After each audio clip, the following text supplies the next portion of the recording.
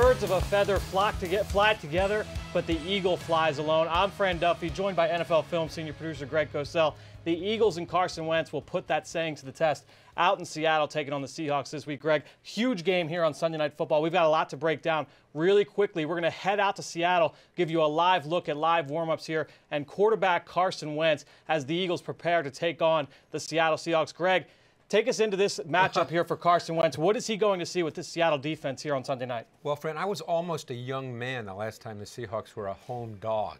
It's been quite a while since they were a home underdog. But this defense is still a very difficult defense to play against because of their front, particularly their nickel front, which obviously the Eagles will line up with 3 wide receivers, numerous snaps tonight. So when you get that front 4 and linebackers Bobby Wagner and KJ Wright, that's still a formidable 6 right there, and that is where I think the challenge lies, not only for Carson Wentz, but for the Eagles' offensive line. No question. And as we start to look at this starting lineups now for the starting offense, no big changes here on this side of the football. You're going to see the same 5 along the offensive line, the same skill players. The Eagles re-signed Alshon Jeffrey to an extension in case you were living under a rock on Saturday. But really the big thing is going to be, like you said, the Eagles' offensive line, namely Big V. I'm excited to see Halapoulivaati Vaitai against a guy like Michael Bennett, against a pass rusher like a Frank Clark. I think this is going to be one of the biggest matchups for Vaitai in his young career. And I agree, and I think one thing the Seahawks do really well is they align their defensive front so they create some one-on-one matchups, particularly on the outside against the tackles. So the Eagles have to decide a couple of things. Number one, do they want to help their tackles, particularly Vaitai? Or if you're talking about the nature of the pass game, if you do the quick game, which the Eagles, that's a major part of what the Eagles do, the 3-step drop, the quick 5-step, then you don't have to help because the pass rush won't get there. But there's really those 2 ways to deal with it. It'll be a real compelling part of tonight's matchup. How do you see the Seahawks matching up to a guy like Zach Ertz in the secondary? Well, it's interesting because since they lost some of their players, and now, Richard Sherman went out 3 weeks ago, although they're getting Griffin back tonight at one corner. Cam Chancellor is out. Since they've lost that, the last couple of weeks they've played more zone coverage. I'd be anxious to see if they stay that way. They had kind of evolved into a man-to-man team, and that's the strong safety almost all the time. Sometimes KJ Wright, the linebacker, but it's almost always the strong safety. Now that's Bradley McDougald. And the Eagles, as you know, Fran, when it's man-to-man with Ertz and it's man coverage, the Eagles like their matchup with Ertz against any strong safety in the league. Yeah, it'll be one of the matchups to watch in this game. The other matchup is going to be this Eagles defensive line. You see Brandon Graham there. We see Fletcher Cox, Tim Jernigan going up against what I think everybody would consider the weak point of the Seattle offense and the Seattle offensive line. How do you see that panning out here as we take a look at the defensive starters here for tonight's game? Yeah, that's not a matchup, that's a mismatch. Yeah, I agree. And it's a mismatch that strongly favors the Eagles. But this is where, to me, the key element for the Seahawks offense comes into play. The Seahawks offense has sort of evolved into a second reaction offense. They don't make a ton of plays in the pass game with structured execution. There are some. In fact, last week in the second half, they actually did well. But for the most part, there's a lot of second reaction plays by Russell Wilson. He's as good as anyone in the league doing that. That is what you have to limit. So the Eagles, really, there's 2 options. They're a single high safety defense for the most part. They play cover 1, which is the man version of single high, or cover 3. I think you'll see a lot of cover 3 so they can have eyes on Wilson. But if they play cover 1, it'll be interesting because you've got to plaster those receivers. Yeah. But you also have to have someone who accounts for Wilson because you can't just let him run when it's 3rd and 8 for 12 yards. Yeah, and I think when you look at that Seattle offense, like you said, not a lot of plays within structure, but they will attack downfield. Number 5 in the NFL in terms of passes over 20 yards. No question. So the Eagles defense will need to focus on keeping that big-time passing game in terms of attacking down the field limited with Russell Wilson. I almost feel like that's the best way for the Seahawks to, if they're going to beat the Eagles, and they certainly could, it's an NFL game, but they're going to have to make explosive plays in the pass game. And either they're going to come from structure, shot play type plays, just what you're talking about, or from those second reaction plays. Well, Greg, we'll be hoping to check in on some big Eagles highlights with you after the game on the Rico Review and tomorrow morning on the All-22 Review presented by Community College of Philadelphia. Until then, first up, let's take a look at Jalen Mills. We talked about that secondary leaning on the entire defense going to be leaning on that secondary to limit Russell Wilson, that passing game. Let's take a look at Jalen Mills. He wore a mic last week against Chicago. Let's check out the Green Goblin. Let me see what you got. Let me see what you got. That way. That way. Enjoy the game, okay? Have fun, let me have fun. There you go. Jay, be great. Be great. Hey, be great. Earth, 100 yards, man. Come on. Oh! Hey, they swagging. They swagging. I told him in the hot tub, I said, bro, the whole offense y'all gotta flick it up if y'all score. Hey, we gotta do the, hey, we gotta do the electric slide.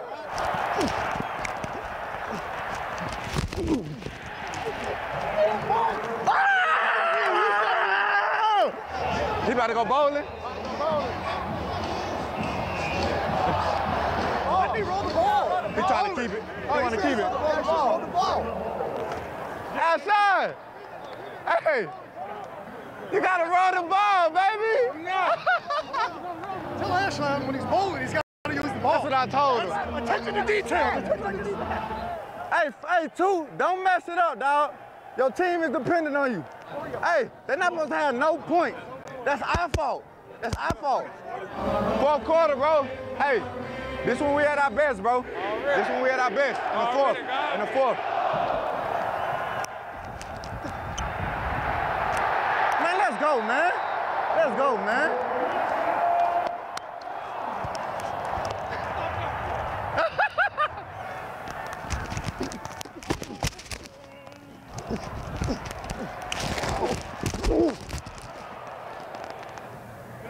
Oh, yeah.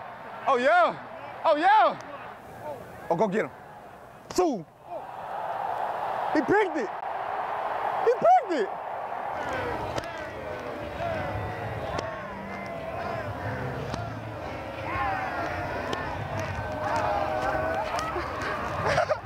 We done celebrated and everything. You know we was on TV, right? He wasted our celebration, man. He wasted our celebration, man. We got another one. We got another one cooking up. Oh, he better go score. He better, yeah. Hold the ball. Ooh. We gonna do it again? Hey, we gonna do it again. B, come here. Come on. You ready? Turn around, turn around. 1, 2, go.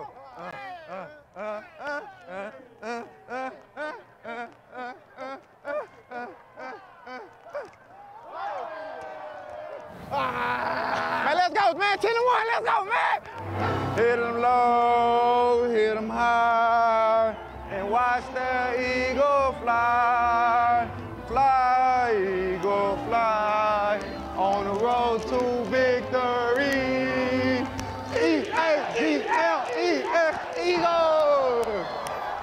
Well, just like the Eagles will need that secondary tonight against the Seattle Seahawks, they will need LeGarrette Blount and this run game to get rolling against Seattle. Mike Quick, one of my favorite people in this building, caught up with LeGarrette Blount. Let's get to that interview right now. A year ago, you're with the Patriots, you run the ball almost 300 times, and now you have to share that load with 2 and sometimes 3 other people. How do you make that adjustment? You just got to be a professional, man. You just got to understand, what's at stake. You just got to understand that, you're not the only back that can help the team. Clement untouched for the score. Touchdown, Eagles. All of our backs in our room, bring something different and really valuable to the table. So I don't have a problem sharing the load with them because I know that, when I do come out of the game, they're not going to miss a beat. Wentz looking, still looking. He is going deep down the far side, and it is caught. You're a young quarterback. In just 2 years, he's accomplished a whole lot, and it's not even quite 2 years. How impressed are you with him to this point? I was impressed with him last year. This year, he elevated his game to a level of, MVP caliber. I think it's a really tight race between him and 12. So. Speaking of 12, Tom Brady. So they talk about the 2 of these quarterbacks in that whole MVP thing.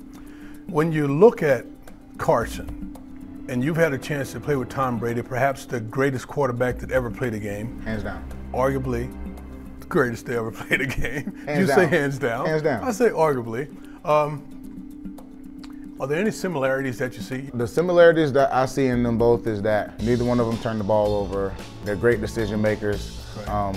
You know, they can extend the plays, obviously in different ways. They're both extremely smart. They know exactly what defense is on the field and what's going on. Those are the similarities that I see, Gotcha. and those are the qualities that you need to take a team, you know, a long way. So, taking a team a long way, you've been in playoff games, you've been in the Super Bowl game. What is it that you know that you can impart to some of these younger guys? You got to be hungry, man. You got to be hungry. You can't take no for an answer. He can't be stopped. Finally at the 4. A runaway train. A runaway train. That's what I want them to know is that, you know, take full advantage of this opportunity because you don't never know when it's going to come around again. LeGarrette Blount, thank you very much for your time and best sir. of luck. Thank you.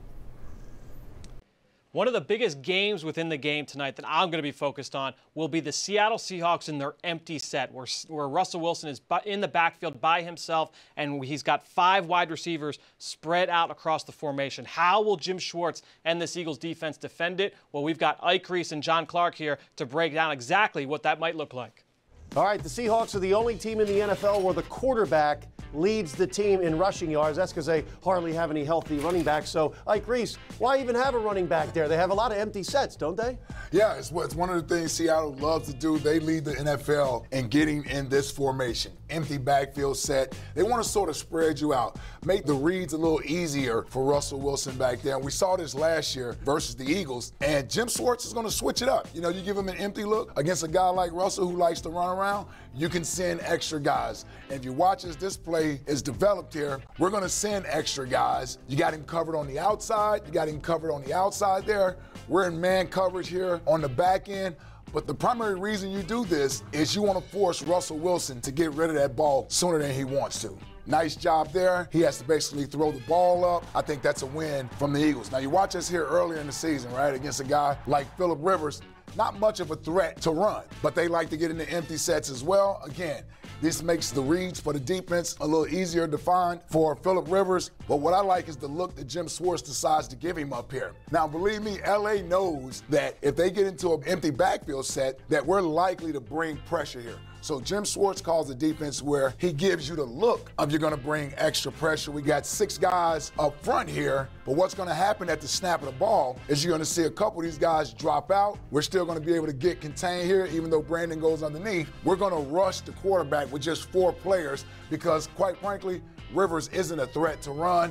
You put more guys back in the coverage. That sort of confuses Phillip Rivers, and all he can do is throw the ball up, and he's fortunate it wasn't intercepted by Patrick Robinson there. Now, how imperative is it for the defensive linemen of the Eagles to stay home and contain Russell Wilson once a play breaks down? Because you know that happened last year against the Eagles. You got to be disciplined in your rush lanes when you're rushing a guy like Russell Wilson. This guy, he'll pirouette, or he'll do some 360s out there. He knows how to keep a play alive, and so the Eagles' pass rushers have to be disciplined, stay in your lanes, don't lose containment, because he can hurt you and will hurt you with his legs.